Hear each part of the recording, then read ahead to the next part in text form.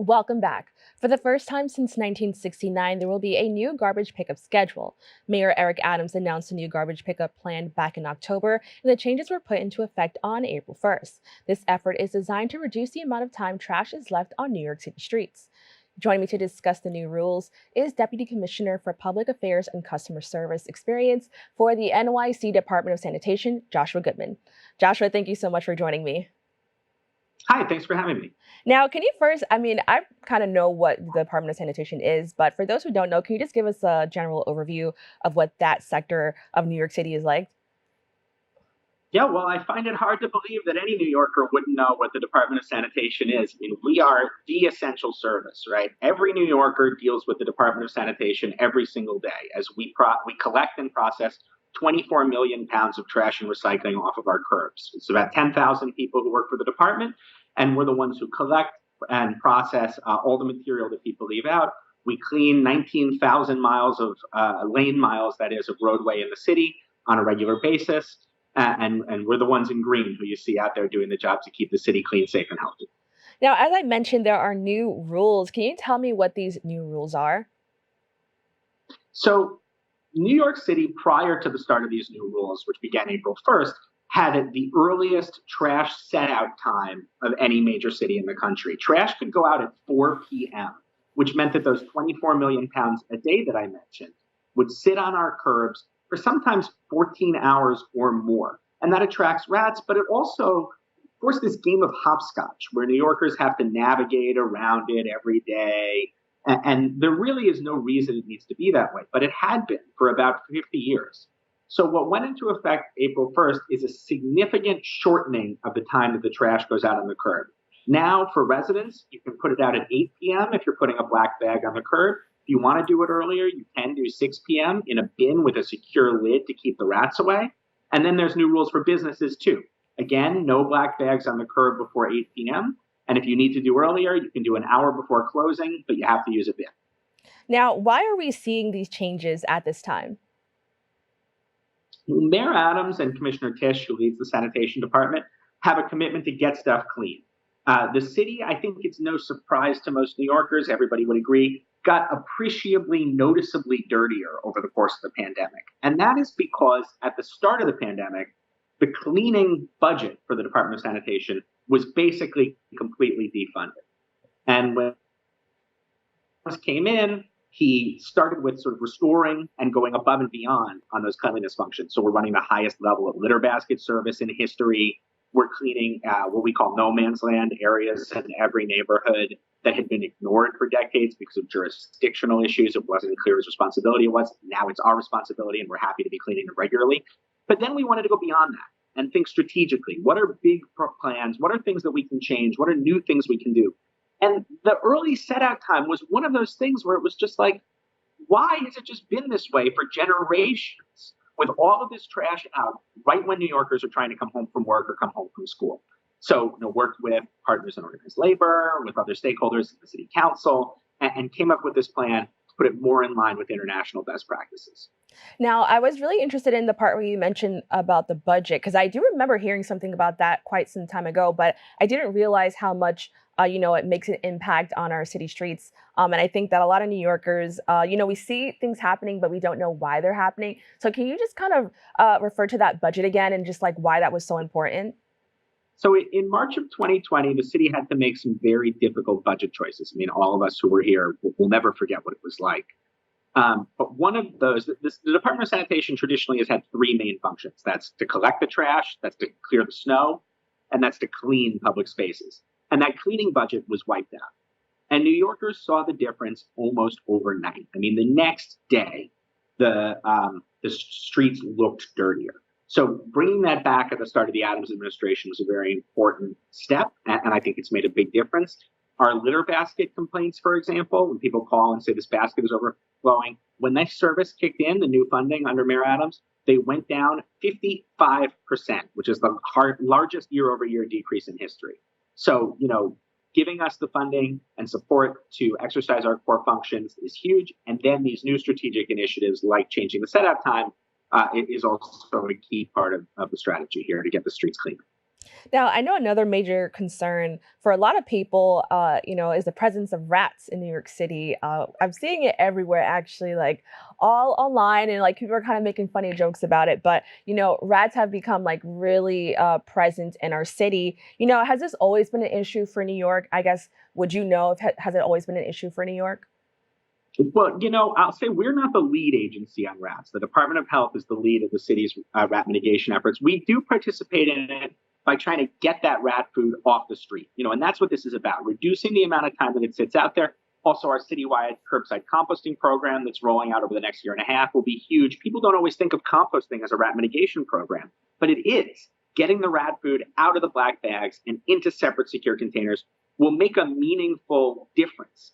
And that's a good segue to talk about another piece of the set out time change is that we are not just asking New Yorkers to change, we are changing too. We are collecting more trash than ever before, especially in high density areas like the Bronx, on our midnight shift instead of our 6 a.m. shift, which means we'll get the trash earlier. We're moving our 6 a.m. shift also to 5 a.m. start. So New Yorkers will see less of the trash. Most of it will be gone before they get up. And we've moved about 2,500 of the largest buildings in the city to a 4 to 7 a.m. set out, meaning we get the trash almost immediately. So all of these things that we are doing on our end, plus what we are asking New Yorkers to do, will make a huge difference in the way that the trash sort of interacts with the streetscape, whether rats have access to that all night, all you can eat buffet, and what it looks like out there.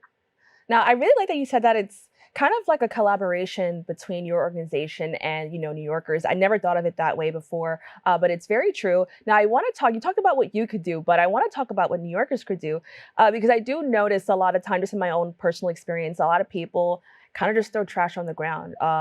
Or maybe there's not a garbage can nearby, so they're tired of holding it and they just throw it on the floor. What have you noticed in regard to that? Do you think littering is like a really huge issue for New York City?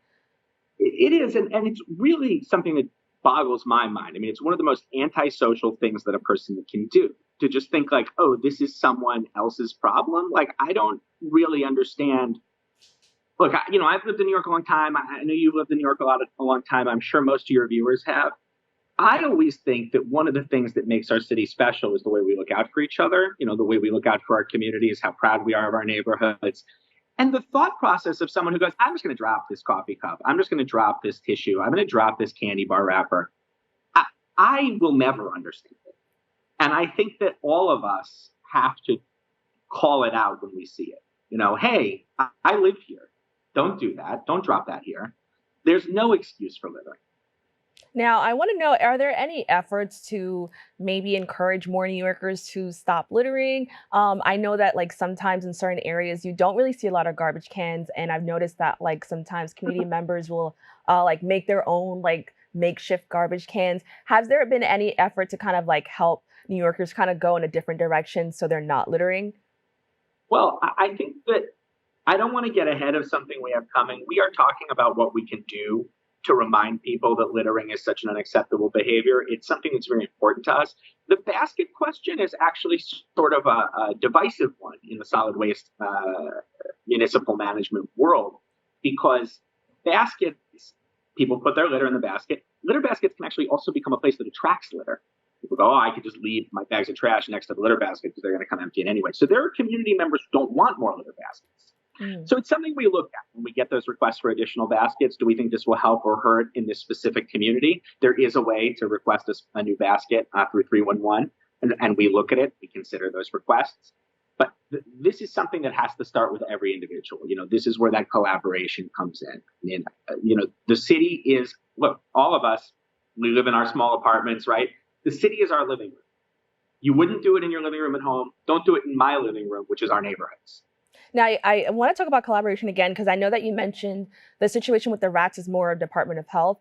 Because they seem to kind of be affecting each other, has there ever been any talks about working together to see what could be done? Very closely together. There is a citywide rat mitigation task force of which we're a member. The health department is a member, and many other agencies, parks, are involved in that. And as you probably know, Mayor Adams is getting ready to announce the hiring of a rat czar, a citywide director of rodent mitigation. who will help coordinate all of those efforts. Now, are there any consequences for falling behind on the new trash rule? Like, what can happen if you kind of still follow the old rules? Yeah, I'm glad you asked. So first of all, during this month, April, we're only doing written warnings. We know change is hard. We want to give people a chance to adjust. But beginning May 1st, we are going to be around writing fines, and especially for the people who got those written warnings. So don't think, oh, I got a warning, I'm off the hook, they won't be back for a year. No, no, no. We're keeping track of who got the written warnings, and we're going to come back in May and make sure you did a better job. So the fine starts at $50, then it goes up to $100, then $200, and all will be $200 beyond that. So, the easiest thing you can do for a clean street is just follow the rules. And this is for homeowners and business owners as well? Yep, that's exactly right. Okay, now I want to talk a little bit about renters because they have kind of a different situation, and they have to deal with landlords. What is the guidelines for people who live in, I guess, apartment buildings and they kind of just throw their trash maybe on the side of the building? What are the guidelines for those people? Oh, well, if you see that your landlord, whoever is not following the rules, definitely say, hey, you heard about this, right? There's the new rule in place. We're going to get a warning. But look, that's what our enforcement staff will be out for. We're going to be working directly with whoever is putting the trash out at the wrong time. We hope we're going to see really heavy compliance. Well, Joshua, thank you so much for joining me to talk about this. I definitely learned a lot, and I was really kind of excited to talk about, just littering in general, just because it is something that I've noticed, and I'm not happy about it either. So thank you so much for talking about that. Of course, it's my pleasure. Thank you for having me.